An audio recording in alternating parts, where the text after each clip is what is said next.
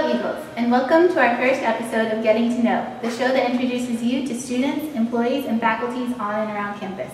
I'm your host, Amber Cannon, and with me today I have Emily Vallier, who is currently teaching English Composition 1 and will be teaching the Composition 2 classes starting in this upcoming spring semester. Hello, Ms. Vallier. Welcome, and thank you for being on the show. Thanks for having me today. Vallier, your FGCU profile says that you hold a master's degree in English and applied linguistics, as well as bachelor's in English and anthropology. When you were in school, what made you seek these degrees? I think I started off with the major in English because I simply loved literature. And it was a way to study exactly what I loved. And I played around with journalism for a little while, I played around with education for a while, and ultimately came back to English thinking that if I were good at communicating, then I'd be good at whatever I chose to do later on. How did you come to teach at FGCU? I was very lucky. We moved down here 4 years ago and I knew FGCU was here.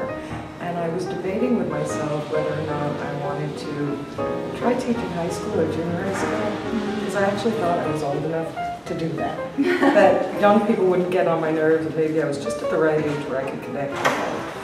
And as I was working towards adjunct positions and looking for jobs, I actually did some one day. It was the fourth day of the school year. It was for the health teacher. And I thought it was pretty funny that the health teacher was absent on the fourth day of the school year. And it was fine, and I would have kept doing it. But the next day I got called with adjunct work, and that led to me applying to FGCU, which was, like it is for many of you, it was my dream school. Really? So when I got hired here, I was just over the moon. And I knew in February, and I didn't start until August, so I had a lot of waiting and the anticipation, you know, as it does for freshmen, it just builds and builds, and will the experience possibly live up to it? And I have to say that the experience here has far exceeded my expectations of what FGCU was going to be about. I love it here. Fantastic. Yeah. So obviously you enjoy your teaching career, but there's been some speculation in the education field that it's hard to break into teaching nowadays, and that even it's hard to deal with kids. How do you view that situation? Well, it's an interesting thing because we definitely are not training enough teachers to fill the gap that's going to be left when the boomers retire. So we need to train more educators, and it's one of those fields, sort of like nursing, where we're desperate for highly skilled teachers.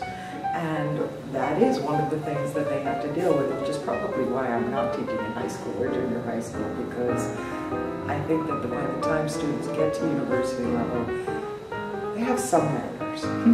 And at least as freshmen, they're, I don't want to say intimidated, but they're uncertain about where the boundaries are. And I feel like in composition, students are testing the boundaries. And so my colleagues and I, we all have sort of different opinions on what do you do if a student falls asleep in your class. I tend to worry, and I tend to check in with them and make sure they're getting enough sleep, that there's not something that's really bumming them out that they need to talk about, and whether they need cab services or some of the other things. But as far as the texting goes, we just talk about, in the very beginning of the semester, what represents good participation and bad participation. And making that distinction with the students, that this is a classroom of respect.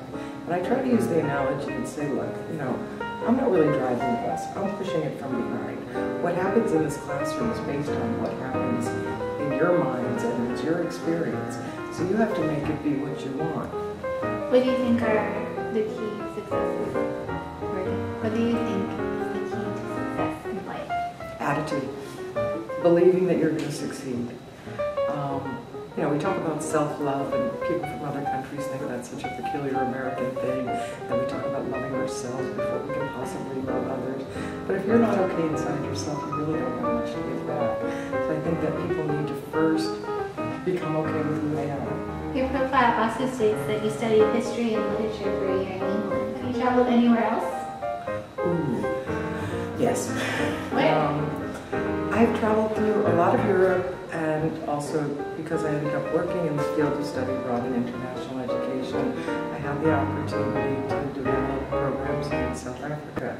Very shortly after the end of apartheid, I started going there a couple of times a year and working with the universities that existed, traveling to other parts in Southern Africa. I had a friend living in Zambia at the time, and going to visit her, and it was so very different from the European experience. And I think now I've been 42 of the United States, and some of the ones I haven't been to I'm not that excited about. I'll get to all of them eventually, but I'll go anywhere, basically. According to the directory, your areas of expertise include pop culture, linguistics, composition theory, and international education. How did you become an expert in pop culture? Self-study. You know, I was born and raised at a time where there wasn't as much technology. I mean, I remember our first color TV set, and our first remote control, and our first push-button phone, and the first calculator. Oh, certainly my first computer. So it was really a self-study of what people are reading, what people are watching, of knowing what's popular.